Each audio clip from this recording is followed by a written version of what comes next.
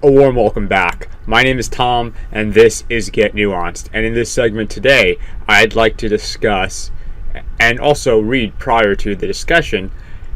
Afghanistan. And in particular, in the wake of what seems like the fully completed withdrawal of the United States' armed forces from Afghanistan.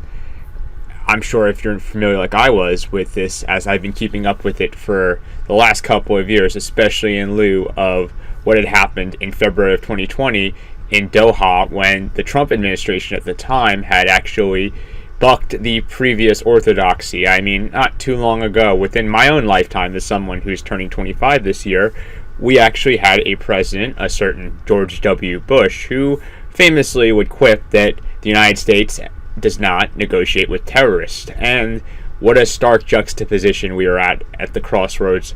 of 2021 and then 2020 in terms of the new decade, as we see that after 20 years following the initial intervention into Afghanistan of the U.S. with the NATO coalition that it had spearheaded, the allies along with Washington had successfully been able to, in the wake of 9/11 and the World Trade Center coming down at the hands of the al-Qaeda, which I can still vividly remember as someone who was 4 or 5 at the time, being a millennial, but still can, in terms of the few things that I can remember from my earliest days, recalling those vivid events is something that I have no issue with, especially considering that we are still living today which is today at least, July 29th, 2021. We're reaching the end of this date because I'm recording it at 11 o'clock at night Eastern Time from New York, but to goes to show, I grew up in New York City, and I can vividly remember that because I was in that periphery, and it's something that I can talk about that I think is worth talking about as we are heading towards the 20th anniversary of the 9/11 attacks in another segment. But, excuse me, to not miss the forest for the trees, in this segment, I'd like to primarily focus on what happened afterwards with the intervention in Afghanistan and the toppling of the Taliban, which is known as the Students in their own language. And this is a group that was based around exiles from Afghanistan and Pakistan, who then would proceed to rejoin the fray during the days of the 80s, when the Soviet Union at the time was the superpower who was currently trying their hand at attempting to become the master of what has been colloquially referred to as the graveyard of empires. And this is something that I'll get into after I read the article, but Afghanistan, as someone who does not claim to be an expert but just an enthusiast of geopolitics and international relations, is an area in Central Asia that occupies a strategic geopolitical location and is a point of much interest, which should go without saying considering the Soviets, the Americans, and then what soon looks like, what I'll talk about in a little bit, the Chinese, whom might be looking to fill the vacuum along with the Turks, who have committed to defending the airport in Kabul, which is the international gateway to Afghanistan, at least by air. And I'll get into all that in a little bit because this is a very complicated dynamic, but to not, get into all that as we need to find some sort of foundation to start all this at. And I think it would be good to at least discuss where we're at and then go back a little bit to how we got here, and then I'll give my own personal conjecture based off of the information I provide, and as well as my own personal analysis of where we are heading, especially if you're someone like myself and am a citizen of the United States, and whether we are officially there with boots on the ground, or in the case of what we've seen recently in the last week of the U.S. sending its Air Force in to aid the Afghan security forces in preventing the Taliban from overrunning. And they've been doing a fair deal of successful campaigns in the wake of the U.S. and NATO forces withdrawing, which brings me to the article that I would like to now share with all of you pertaining to this very fateful event, which is called Mapping the Advance of the Taliban in Afghanistan. This is from Yahoo News, or in particular, it's embedded from BBC News. I'll link the article in the description below, but I'm going to read and summarize this for a little bit to give you the context. And I highly recommend, after you tune into this podcast, or whether it's on YouTube, the show, to do your own due research and also check out this article and the other resources I will link below, as this particular article includes a pretty up-to-date, at least in terms of if you're someone like myself, on July 29, 2021, God only knows, as events are rapidly taking place on the ground, which could easily make this information be rather irrelevant even tomorrow, let alone in the coming weeks. But as far as the terms of when I'm recording this, it will actually be a very useful guide and reference point for you to take a look at and have a great visual representation of the state of play, which is very much fluid, again, as I want to emphasize, and this current situation stands to change rather quickly. But it actually includes, as I mentioned before, a map of the political makeup, or the territories in which the various factions which are contesting the geographical extent of modern Afghanistan are, what they have and what they don't. And in the case of the Taliban, which claims to control 90% of the entirety of the territory, which probably is a little bit of exaggeration and propaganda on their part, but doesn't seem like, at least from what I'm looking at with this map, incredibly far off, considering that the capital of Kabul, along with other major regional provincial cities such as Kunduz, Herat, Kandahar, and Lashkargah, are all surrounded currently by Afghan or Taliban forces, and the Afghan security forces, especially in the northern regions bordering Tajikistan, have, despite being left with the equipment and capabilities that the U.S. had in the form of weapons and training provided, were not able to have, at least especially considering the withdrawal, which I think was ultimately something that was inevitable, but something that I think had been poorly executed, planned out, and it does look like overall that this particular withdrawal, not to mince words, is a bit of a shit show, and something that should have had a little bit more foresight and planning before its rapid implementation. But to get into those sorts of mechanics in a little bit, in terms of what we see on this map, and also just this article as a whole, we see that the provincial cities are pretty much surrounded and are islands unto themselves, along with the contested regions that border those. The hinterlands are in large part of the country dominated by the Taliban, which have always been able to at least maintain 30 or 40% for the most part, minus during the surge under the Obama administration, their control over a sizable chunk of the country. And at one point, as I mentioned before, prior to 2001, for the decade of the 90s, for a large deal of it, ever since the fall of Kabul at that point, after the Soviets' withdrawal, the Taliban actually did control, as it was called, the Islamic Emirate of Afghanistan, the country, at least in terms of the capital of Kabul, which is the nucleus, and for those who want to exercise dominance over the integral parts of this country, the key cities are those sorts of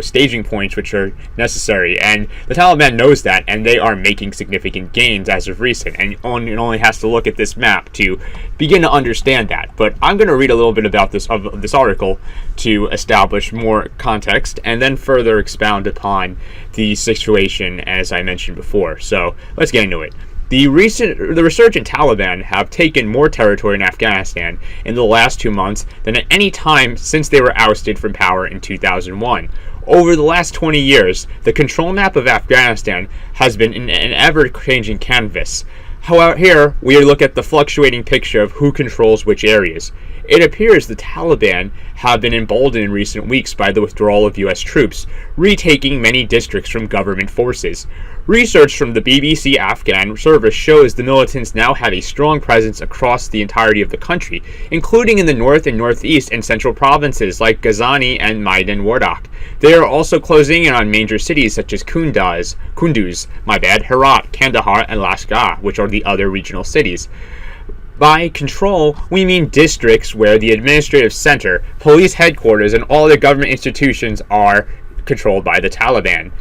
U.S. troops and their NATO and regional allies forced the Taliban from power in November 2001. The group had been harboring Osama bin Laden and other al-Qaeda figures linked to the September 11, 2001 attacks in the U.S. But despite a continued international presence in the region, billions of dollars of support and training for the Afghan government forces, the Taliban regrouped and gradually regained strength in more remote areas. Their main areas of influence were around their traditional strongholds in the south and southwest. Northern Helmand, Kandahar, Urgazan. I'm sorry, I'm not a Pashtun or Afghani. Forgive me for butchering these as a basic English speaker. and Zabul provinces, but also in the hills of southern Verb in the northwest and the mountains of Badakhshan in the northeast. A BBC study in 2017 showed that the Taliban were in full control of a number of districts, but this research also showed they were active in many other parts of the country, mounting weekly or monthly attacks in some areas, suggesting significantly higher strength than previous estimates. And in a stark juxtaposition, actually, there was, as in this article, as I mentioned before, an additional visual maps which show, at least in 2017, versus what is now the case in July of 2021, the territorial situation. And the Afghanistan situation has greatly changed since that point, as one would only have to take a look at this article and the visual representations I mentioned to see. So let's finish the rest of the article, though. About 15 million people, half the population, were reported to be living in areas either controlled by the Taliban or where the Taliban were openly present and regularly mounted attacks against government forces. And then there's a question here, are the Taliban holding ground? Although they now control more territory than they have since 2001, the situation on the ground is fluid. The government has been forced to abandon some districts and some district administrative centers where it could not withstand pressure from the Taliban. Others have been taken by force. When the government had been able to reorganize its forces or gather local militias, it had recaptured some areas that were lost, or fighting in those areas still continues to this point. Although most U.S. troops left in June, a handful remain in Kabul, and the U.S. Air Force has carried out airstrikes against the Taliban position over the past few days. And then again, there is more maps. Afghan government forces mainly hold the cities and districts which are on the plain or in river valleys, which is also where most of the population live. Areas where the Taliban are strongest are sparsely populated, with fewer than 50 people per square kilometer in many areas. The government says it has sent reinforcements to all major cities that are threatened by the Taliban and has imposed a month-long night curfew across almost all the country in a bid to stop the Taliban from invading cities. Although they appear to be losing in on centers such as closing in on centers, such as Herat and Kandahar, the Taliban has not yet been able to capture one. The territorial gains they do make, however, strengthen their position in negotiations, and also generate revenue in the form of taxes and war booty. A record number of civilians have been killed as a result of the conflict in the first half of this year. The UN blames most of the 1,600 civilian deaths on the Taliban and other anti-government elements. The fighting has also forced many people to flee their homes. Around 300,000 have been displaced since the start of the year. The UNHCR says, and that's the United Nations Human Rights Council, says a new wave of internal displacement across the provinces of Badakhshan, Kunduz, Balkh, Baghlan, and Takhar come as the Taliban has captured large swaths of rural territory. Some people flee to villages or neighboring districts and return home days later. Others remain displaced for some time. The AFP news agency reports that the Taliban's offensive has also forced Afghan refugees and government troops to cross the border into Tajikistan. The Taliban are also reported to control a number of major border crossings, including Spin Boldak, a major gateway to Pakistan. Customs duty on goods entering the country via the crossings they control is now collected by the Taliban, although exact amounts are unclear as the volume of trade has fallen as a result of the fighting. But Islam Kala on the border with Iran, for example, is capable of generating more than 20 million per month. Disruption to the flow of imports and exports has affected prices of essential goods in the markets, fuel and foodstuffs in particular. And I'll link the rest of this entire article, which was really it, but the visual parts I think really are necessary to observe and look at in order to fully understand the context that the article is trying to convey, in the description below, so definitely check that out. However, I do think it should be noted, that this is my personal tidbit here as I get into the broader analysis of the situation. I don't think a article necessarily needs to be read or, maps need to be looked at to really grasp whether you're someone like myself who is a casual observer, or maybe a more professionally oriented policymaker or analyst who does this for a profession, something that I aspire to myself. But I think that it's clear that this situation is very chaotic and is in very much a state of disarray. And I'd like to get into further now the other variables that further complicate what already is a clusterfuck of a situation here.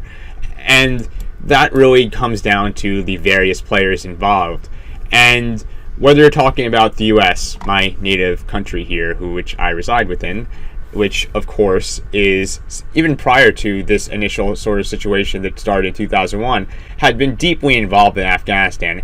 This was a theater of the Cold War, actually, where the U.S. had actually aided and armed covertly through the CIA the Mujahideen and certain figures such as Osama bin Laden, which at the time were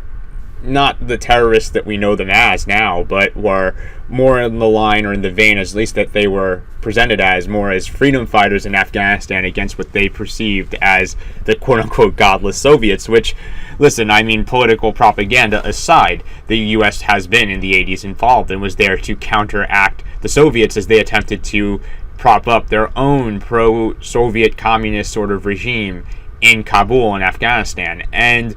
much like history has often shown that there has been patterns of this sort of situation. I mean, look at only the Tsarist Russians and the British Empire in the 1800s, and the great game which was played when the British Raj was still a thing, and this Russian Empire was, along with the British, contesting for control and influence over this strategic gateway, which I will link in the video description and YouTube podcast below. But as I mentioned in another show, another great creator, Shervan from Kashmir Report, actually made a great report about the natural resources, $1 trillion of worth of resources, along with the opium that is grown in the wild in this country, that also serves as a key reason why many great powers are drawn to it. And it is a very multicultural and diverse country. Afghani was previously a term that was sort of synonymous with the Pashtuns, whom are a significant part of the country and also are the primary group, or the Pashtuni nationalists are the ones who are what make up the Taliban of today. And understanding this and the fact that there are different players on the ground and beyond just the U.S. and the Afghan government in Kabul, along with the Taliban, there are other regional warlords and tribes that all have their own particular regional considerations and interest at play here, is also something that needs to be noted and can often maybe be swept under the rug when we look at the headlines and mainly tune into the mainstream media, which also likes to sort of, with any story, simplify and summarize what really is a conversation that requires far more than even just this podcast, but certainly more than a soundbite or a short, sort of 60-second recap you'll see maybe on the 5 o'clock news if you're someone who still watches TV or tunes into the corporate media on YouTube or one of the other YouTube streaming platforms. But I think that goes without saying. And in the case of Afghanistan and the fact that its history stretches farther back even than the 1800s, this was known as the ancient region of Bactria, one of which Alexander the Great of the Macedonian kingdom or empire was able to conquer huge swaths of. And this actually was, along with neighboring countries such as Tajikistan, along with the other areas within the region, which if you look, I mean, it actually borders. I remember hearing that one of these GOP representatives, I think it was Gates actually, who, not even getting into his own personal, drama, which is something I don't really have a huge interest in, but for what it's worth, he recently was like, let's focus not on the Middle East, but the Middle Kingdom, as a sort of justification or, kind of quip that sounds like a nice soundbite if you are completely unaware of the circumstances. But the reality is, beyond, the fact that he often just spouts nonsense, is the fact that Afghanistan isn't in the Middle East. This is Central Asia, actually, a different region really altogether. And also, it does border China, so the idea that leaving Afghanistan to combat China makes any sort of sense, whether you're pro or anti-China, would make zero sense because geographically they border each other. And I'll talk about it now for a second, but there's even been recently, and I'll link below as a further guide to the situation, which further complicates things. There has been now, in the wake of the power vacuum that seems to be forming in the face of the U.S.'s departure from the region, the patrols that are on the border between Afghanistan and China, particularly the Walking Corridor, which connects both China and Afghanistan together. And in the case of China, there has been PLA patrols that have been on the Afghan side. And this actually seems like it might even be at the consent of the government in Kabul, as there's even an additional story that just came out where Chinese foreign policy officials have recently met with the officials in Afghanistan for discussions on the sort of post-U.S. state of play here in Afghanistan, which is, of course, rapidly changing. And beyond China, there's also the Turkish element, as well as Pakistan and Iran, which are both neighboring Afghanistan and also have their own particular interests, which we can get into in a moment. But in the case of China, keeping in mind the fact that their eastern or western territories, particularly Xinjiang, where there's the whole Uyghur situation, is the area that borders Afghanistan, and that is where also there is a similar sort of ethnic overlap, at least in the fringes, with those who are in the neighboring countries of Tajikistan, Kyrgyzstan, and Uzbekistan, which all were former Soviet parts of the Soviet Union, Soviet republics. There is a similar sort of play here, where one of the reasons why China got involved in the Syrian crisis was also due to the fact that their fears were, in lieu of many of these sort of Islamist groups that were converging and had similar ideological dispositions in Xinjiang, were actually traveling to Syria along with those within the other neighboring countries to aid groups such as the Al-Nusra Front or ISIS. And there's a similar sort of concern and it's the sort of double-edged situation where, as much as the U.S. was perceived by Beijing to be in China's backyard, which it didn't really like, it also enjoyed the benefits, though, and it was not blind to the fact that the U.S.'s presence there was actually filling a vacuum that is now obviously forming as a consequence of their departure due to the Biden administration, which I'll get into in a little bit. Again, lots of details. But when it comes to this sort of vacuum here, it could be the breeding ground for the types of groups that would aid in the separatist tendencies that threaten the territorial control that Beijing has over the Xinjiang province, and plays into more with the Uyghurs and other sorts of groups here that do not necessarily share the same cultural and political consensus that the Han Chinese and those within the Communist Party of China would like them to probably have in their ideal world. But that goes without saying, and I think it's something, though, to keep in mind as the situation evolves. I definitely think that China's involvement here in Afghanistan is only set to increase, as they have also been poised to try to create their own sort of Neo-Silk Road or Belt and Road initiative, as this has also been one of the countries at the historic site or a central part of the Silk Road of antiquity, which is something that I'll talk about in another segment, but is definitely something that also plays into why Afghanistan is such a strategic point of interest for many of the great powers, whether we're talking of the 21st century, the 20th, or even as far back as antiquity. So, with that being said, though, and mentioning before the dynamics between Pakistan and Iran as being one of the regions where a lot of the refugees, along with Tajikistan, are being fleeing to, who don't want to live under the rule of the Taliban, whom are hell-bent, as seen in the 90s, on wherever they govern, implementing their own Sunni iteration of Islam. It's more Pashtuni oriented and more ethno-religious and ethno-nationalist, if anything else, but they have a very strict interpretation and are pro-Sharia law, which is something I am not personally in favor of, but is something that it is what it is and should be acknowledged in order to fully understand. And there's actually a very good video, again, Shervan, he's always on a roll. He actually had a very good video detailing the origins of the Taliban, and I'll link that too in the description, because I think it really is something that helps further contextualize this. And I'm not, again, an expert on this, but I've kept up with it for a great part of it's happening, especially since the U.S. up until very recently was very much involved here, investing billions of dollars and attempting to establish a U.S.-friendly government in Kabul, which looks like right now it's on the ropes, but depending on the intervention of other outside players, whether regional or just in general, and also whether the U.S., if it does its airstrikes, it maybe potentially maintains, which I've just read to you in that article, I think they have about 400 troops in Kabul to protect the U.S. embassy there, and as well as the airport. That is something that needs to be kept in mind too. And Biden, which again, I mean, with him getting into Biden now, I guess, Joe Biden, what a guy. when it came to his quips here, he had actually said he didn't want to have left this sort of situation for another administration in the future to have to deal with. And he might be eating his words there a little bit in the future. Maybe he won't be around when that time comes, as he is a silent generation person who is, I think, the oldest president now to date. And that's saying something, since I think Trump and Reagan prior, which were both relatively recent presidents, were also themselves in their 70s. And I know Reagan, at least, officially had Alzheimer's, and it's just my conjecture, but Trump and Biden both seem like they're not all there themselves, or maybe they were never all there to begin with, if you catch my drift. But my personal opinion on U.S. domestic politics aside, Biden's, sort of July 4th sort of lashing out, or not even lashing out, or,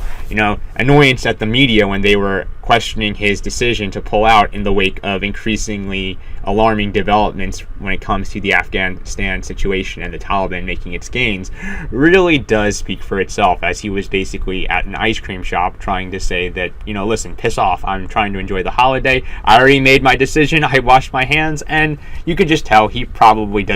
wouldn't be able to point out, I'm not sure if he would, maybe he can, Afghanistan on a map. Maybe he could have when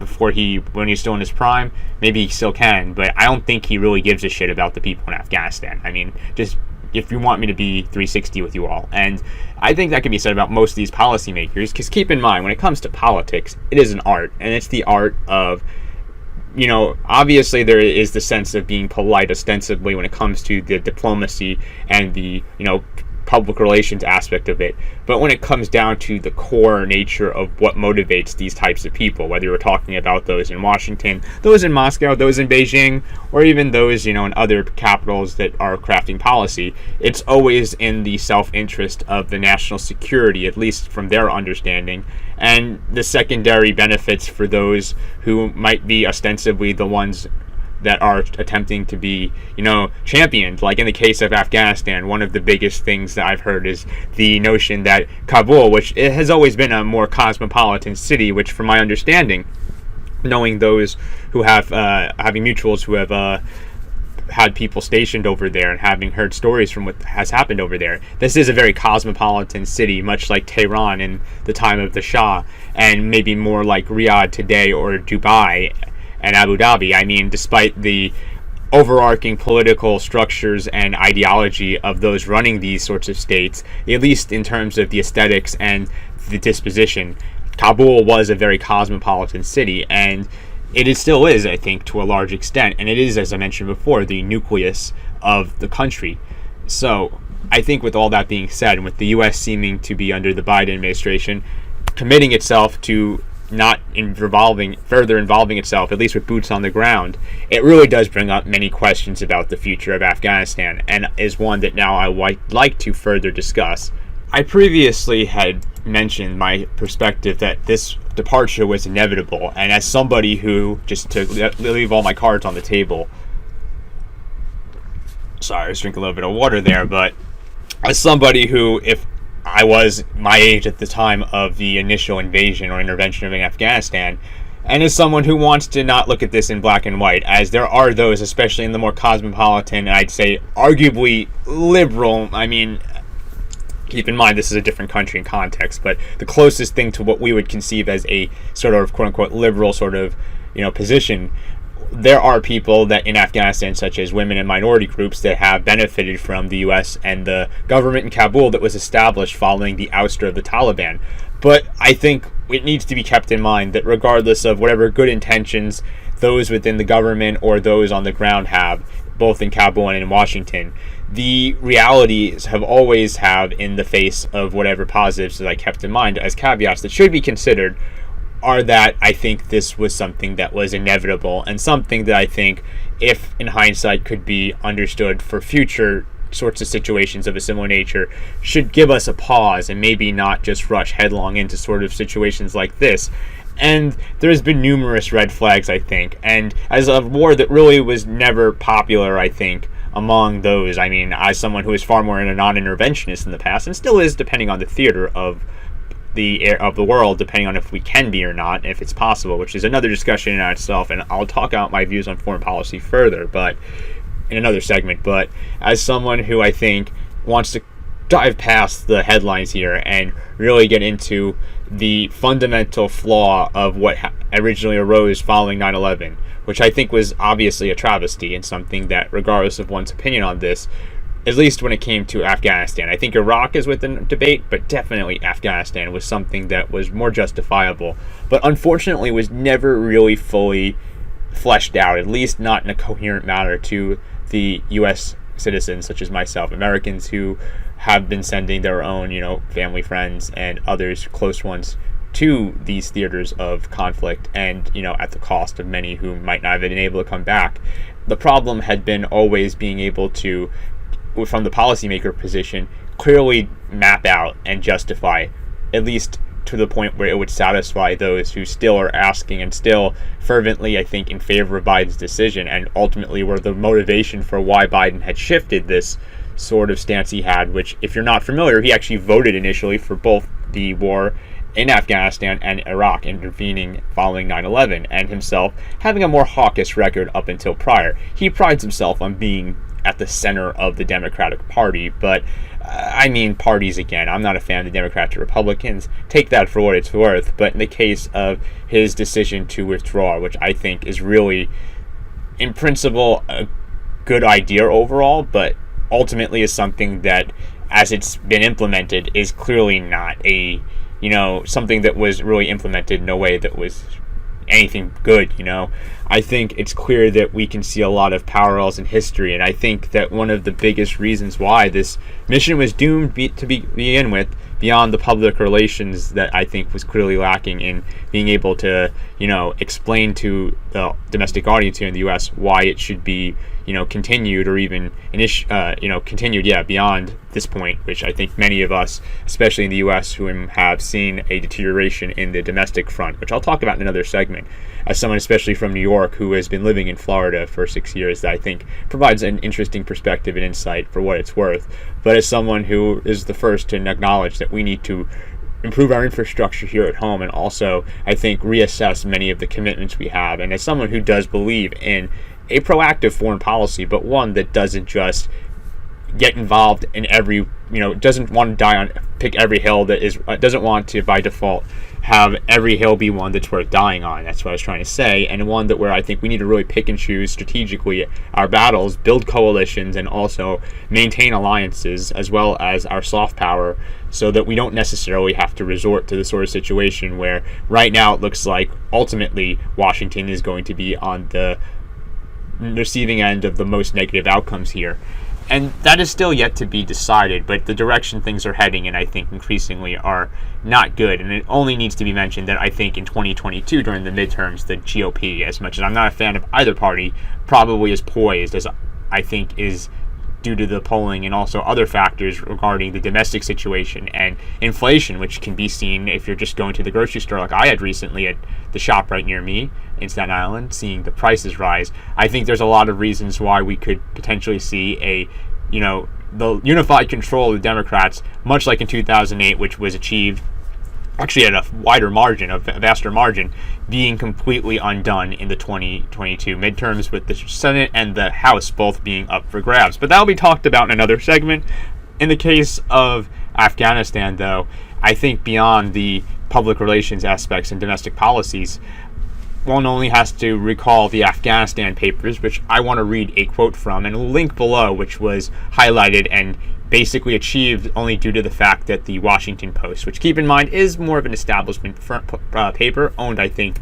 by Jeff Bezos, but they actually did a relatively good job, give them credit where it's due, with their Freedom of Information Act request a couple of years ago, in terms of releasing these, very eye-opening accounts from the highest echelons of the planners and policymakers in charge of the Afghanistan campaign, and their admittance to,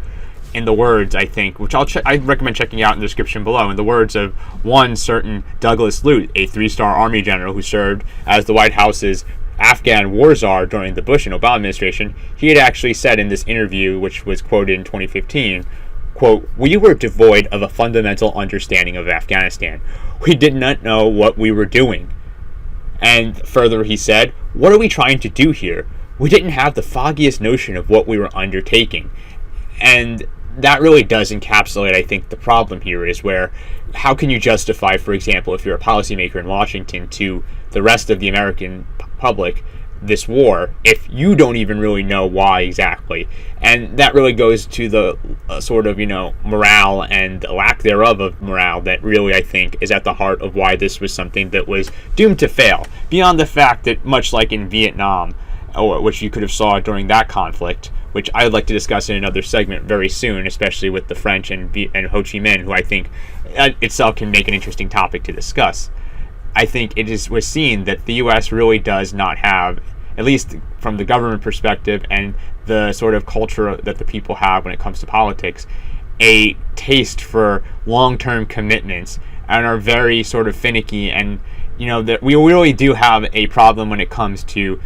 having this sort of long-term approach, where oftentimes, whether it be through politics or even in our own personal lives, very short-sighted and tend to only look at things and observe them insofar as how they affect us in the immediate time right now, and what goes on beyond the periphery, or what takes maybe some thought that would extenuate not just between what happens today and tomorrow, but what's going to happen years and decades and maybe even centuries from now. That is something that really is too much of a tall task, it seems, and we're often way too prone with having this sort of, and this comes from someone with ADHD, having this sort of ADHD mentality where we really can't focus and commit ourselves to something that is a long-term project. We want to be able to kind of do the equivalent of a smash and grab, go in, go out, win, basically the sort of situation we saw maybe at most with World War II, which took 4 years in the terms of the U.S. only getting involved. After December 7th, 1941, formally, there was obviously the aiding of the ROC and the British Empire at the time, prior with aid and weapons, but the formal involvement of the U.S. Armed Forces. But even then, 4 years,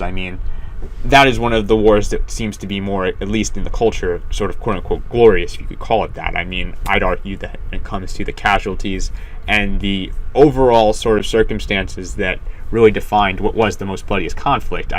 you could argue that glory was itself sort of pyrrhic in nature, and maybe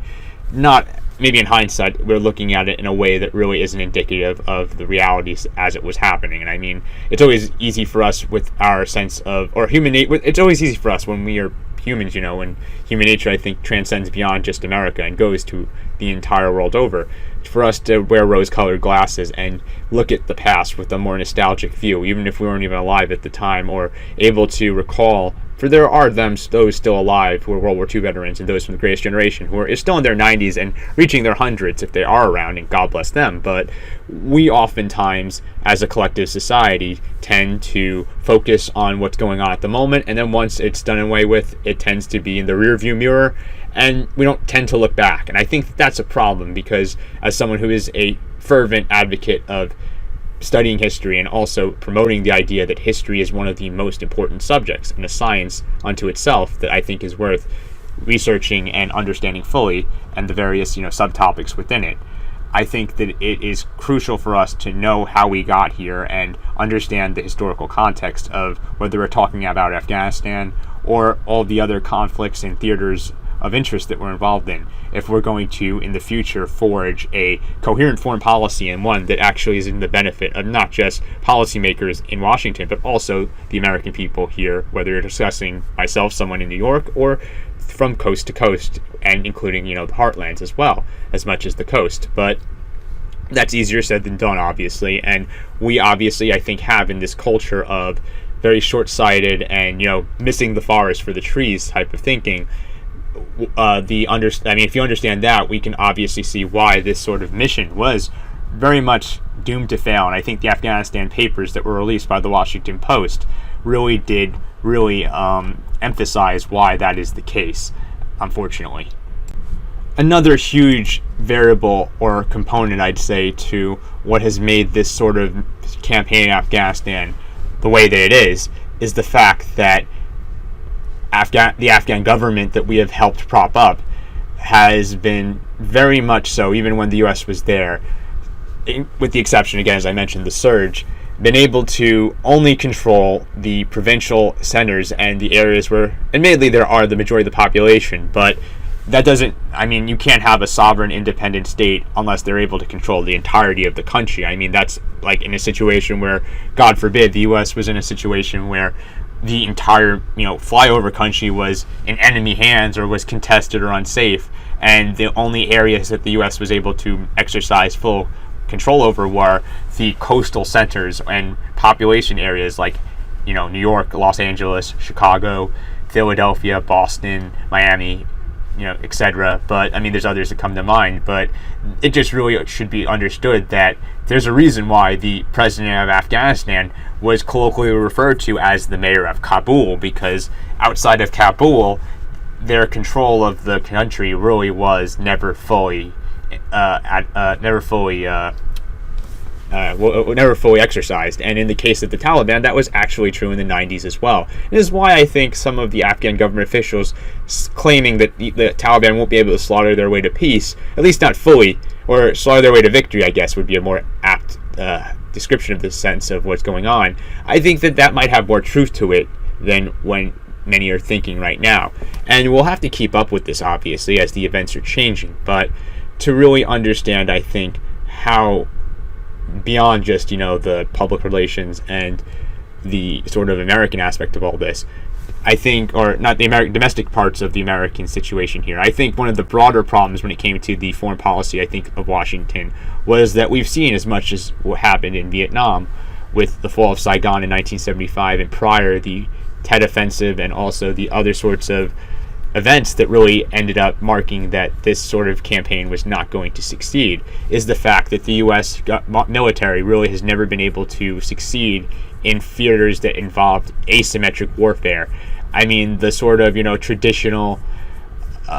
conventional warfare that was, demonstrated within World War I and World War II was really the forte of the U.S. and when it really was able to shine. And going against a foe such as the Viet Cong or the Taliban, which are able to make use of the terrain, it's their home turf, and they're able to rely on many of the regional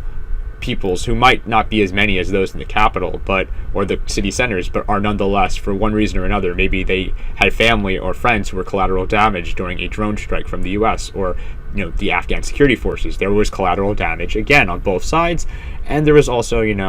areas where, of course, the U.S. was in the wrong, I think. But, right and wrong, obviously, is something that I think every party has examples where they could be cited as being within both camps. And the case of the Taliban, I think, is ultimately the one who is more in the camp of those who I think are ultimately wrong here, especially if you understand that in the negotiations, they really, I think, were clearly not interested in a peace agreement. They wanted the U.S. to leave, and they had no interest in negotiating directly with the Afghan government, which I think they look at as nothing more than the sort of, token puppet regime, at least in their eyes, of Washington and foreign powers. And I think we're seeing right now how committed that they are to, in the terms of even their former interviews from their leadership, that they want to storm Kabul and take over the entire country. And with the asymmetric warfare in mind, where they would, retreat into the caves and wait out even during the surge for the U.S. to wane in terms of its presence and rely on the fact, again, as I mentioned before, that we were going to have this sort of ADHD approach. And, as we really didn't have the morale, I think, fundamentally to begin with, to really see this through to the end, unfortunately, the ultimate losers here beyond the U.S. will also be the civilian populace in cities like Kabul, who, some of which even stuck their neck out and served as translators, cooks, and those who helped the U.S. and NATO forces with logistical operations, which I'd like to talk about right now for a little bit, as many are worried in lieu of Biden's seeming, non-answers and decision here that he had, committed to, but doesn't seem like he's able to really defend to the best of a capacity where even the media is holding him to the fire and don't seem like they're satisfied with his quote-unquote response from him and his, press secretary, I think, Jen Psaki, who, they are just going to they're going to say, oh, well, in the words of Biden, oh, well, it's not guaranteed that the Taliban's going to take over everything, as if, anything is guaranteed. I mean, I'm sure that this is just, obviously a cop-out and something that clearly goes without saying. It's like, no shit, Sherlock. Obviously, you can't guarantee anything, but we can ascertain based off of what is going on the ground and seeing what the direction things are heading in. And there is little room, I think, for any other conclusion that things are going very much south for the government in Kabul, which never fully exercised control over the entire country. And the watershed moment will be when the Taliban is able to successfully storm and take over one of these regional, provincial, capitals. And if they are able to take over Kabul, that would be it. But I think with the intervention here of Turkey and China, that might not be the case, and maybe even Pakistan, which itself, is being under fire by the U.S. and others, such as India, for their claims that the government, which is based, I think it's Karachi, actually. Yes, let me double check that. Pakistan. Excuse me, I think I belched a little bit. Sorry, but Pakistan capital.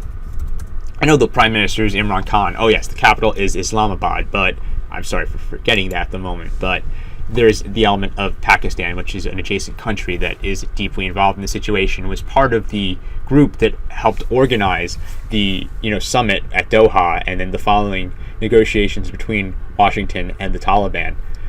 That is something to keep an eye on, that we will probably have to revisit in the future when it comes to the regional dynamics that are very much at play here and will help shape the future developments in Afghanistan. But in the case of the situation with the civilians, which, as someone who really does see a lot of parallels, maybe not precisely, but potential warnings that even veterans from Vietnam have been giving, that this could be shaping up to be a situation like the fall of Saigon or the fall of Mosul with Iraq in 2014 to ISIS.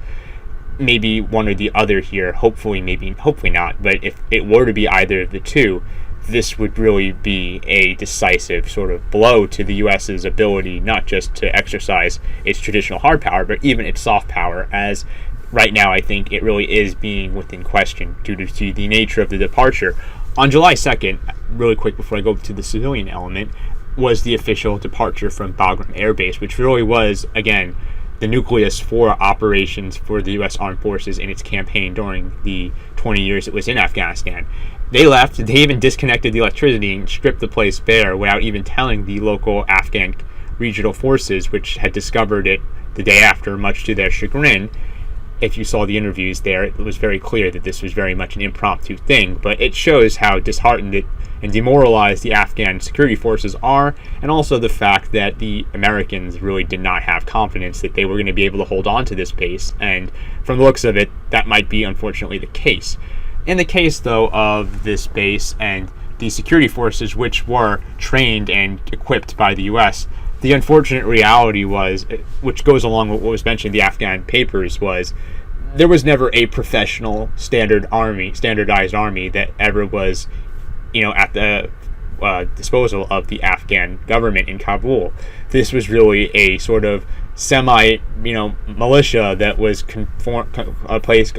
formed by basically those who were anti-Taliban, who might have some sympathies with the West, but ultimately did not want to live under Taliban rule. Maybe they had a vivid memory or had heard stories from their parents of the 90s and didn't want to grow up again in that sort of situation. You have an entire generation now who have grown up within these cities without actually ever living under the Taliban, and I'm sure a lot of them are not excited for this current situation, which I'll get into. But the problem really is beyond just what I mentioned with the U.S. At the heart of it with this government in Kabul, it was never fully developed, and it really is kind of in a sort of midwife phase where it's still being birthed and formulated, but it doesn't have the sort of solvency to really stand on its own, and it will need the aid of outside forces if it's going to stand a chance. U.S. airstrikes, I think, are going to help, but they're not going to cut it, and I think that the withdrawal of these troops and the rapid collapse thereafter has indicated that this really is a disaster and potentially worst case scenario here for Kabul and the government there. But with that being said, beyond the government and politicking element of this, we cannot forget that ultimately what really matters, I think, to someone like myself and those who are listening is, or watching, depending on the platform you're tuning in on, is the fate of those on the ground, the civilians, many of which might even be apolitical, who just want to live and make it to the next day, watch each sun rise and set, and make the most for themselves, their family, and close loved ones, a lot of which maybe have suffered collateral damage. And we've seen in the ramp-up of the Taliban's push numerous terrorist attacks in which even Kabul, the capital itself, is not fully secure and free of being harassed, much like Saigon was by the Viet Cong and the North Vietnamese forces during the Vietnam War. But the case has to be said about the situation in Kabul, that, as the government there attempts to save itself and try to, despite all the odds right now, make it, the people there, 18,000, I believe, at least from those who aided the U.S., who are currently probably, as we speak, trying to process their visa applications, and might even be sitting outside the embassy of the U.S. attempting to get their family and friends, as well as themselves, out of harm's way, as many of those who especially aided the U.S. forces and NATO forces as they were there, translators, cooks, etc., they really were, sticking their neck out for us. At least in America, if you want to talk about it from my perspective as someone from America, and NATO, obviously, whether their intentions were 100% the way that they're proposed or not, clearly their actions speak louder than the words that they could ever say, and they would be 100% if the Taliban takes full power in the crosshairs of the Taliban and their wrath, as they would be seen as traitors and collaborators. And the Taliban had recently made promises and assurances that they wouldn't hurt these people, but we've seen, with even as of recently, pilots and those who were affiliated with the U.S. and the Afghan government meaning rather, painful ends, that I think that their words and promises really are not worth even the ink that they would take to be written on paper. And you might as well, with that paper, wipe your ass with it, because I think that that would really be all that you could probably do with it, other than, maybe hope that they are going to keep their word. But considering what happened in the 90s and their track record for deception and their sort of, perspective that I think in their eyes, they look at it like, we don't need to be honest, you guys are infidels and outsiders, foreigners, and we're going to just say and do whatever until we are able to victoriously achieve the glory of, conquering Kabul again, as we did in the 90s. That is the Taliban perspective, for better and for worse. And it needs to be understood. And in that case, I think that is why I, as somebody who has rather, I think unorthodox perspectives when it comes to my own policies on politics when it comes to the U.S., as someone who is, I'd say, more of, at least when it comes to others, a libertarian, but on a personal level, I am very conservative. And on immigration, I think is somebody who is open, I think, to not necessarily being fully open borders or any of that sort of, nonsense that I think oftentimes can be, championed in the culture. But I think, there is considerations we should have when it comes to who comes, who leaves, and who ultimately makes up the broader American polity. But with that being said, considering the sacrifices and risks that were taken by these people, 18,000, I believe, roughly thereabout, who aided the U.S. when it was there, to have them just be sitting around waiting for their applications to be processed. It's July 2021, and we have almost fully withdrawn. If this was something like, again, with conspiracies, a lot of folks would like to think that there's these folks in this smoke-filled back room where they're calling all the shots, and the Fed or Washington or those within the government and the special interest are controlling everything, and they're the masters of the universe or the world or whatever. It should be mentioned that in this sort of situation, if that was even the case, I think with Occam's razor in mind, it clearly contradicts that sort of, conjecture, if you would like to call it that, considering how sloppy this withdrawal was, and the fact that we have those who really, they put their life on the line to help us, and we just kind of looked like they're the last, they're an afterthought, or they're the last sort of thing we're figuring out. Moves are being now taken to have some of them be sort of, staffed in a halfway house, or be able to be relocated to a halfway house in Guam, or, some of the Gulf states that we're allied with. But that is being done as we speak, and is something that probably should have been done before even the announcement that we were going to withdraw was going to take place, especially since even beforehand they were not really 100% safe in the Afghanistan, and were constantly being, a lot of them were even being targeted, and some of them in between even probably this conversation will be murdered by the Taliban. And because they are looked at as collaborators from the Taliban, and if they gain full power, these 18,000 people, along with the others who worked and aided maybe other members of NATO, such as Australia and the UK, among others, and Germany, they will all themselves suffer a similar fate, which I think is unacceptable. It's similar to the abandonment of our allies in Cuba during the Cuban Missile Crisis, the abandonment of the Kurds in the 80s to Saddam, who gassed them, and also it is similar to, again, the abandonment of the Kurds by Trump in Syria, the abandonment of our allies in South Vietnam during that conflict, which I think if Nixon, and it's a different conversation altogether, was able to have stayed in power and maybe didn't do what he did at Watergate, I mean, an interesting what if, that might have not happened. Under the succeeding administrations of Ford and Carter, it was unfortunately, what we have, come to see in terms of the reality we're in. But just to go back to Afghanistan here, we should not be repeating this same mistake again. And it's going to damage U.S. soft power and make it very difficult in the future going forward if we were going to do a similar campaign or have to come back into Afghanistan, God forbid another attack were to occur. It would make that sort of situation infinitely more difficult for the U.S. and its allies to maneuver if nobody trusts us there. And, I mean, you can't blame people if we're going to leave them out and, out to dry and just worry about our own, especially since they had shoulder to shoulder been bearing the similar burdens that we were in this campaign, or those who we sent over, the men and women who volunteered to go over there to this, mission. But regardless of what you think of the mission and its intentions, as someone who laid out my perspectives on it, I think ultimately we need to honor our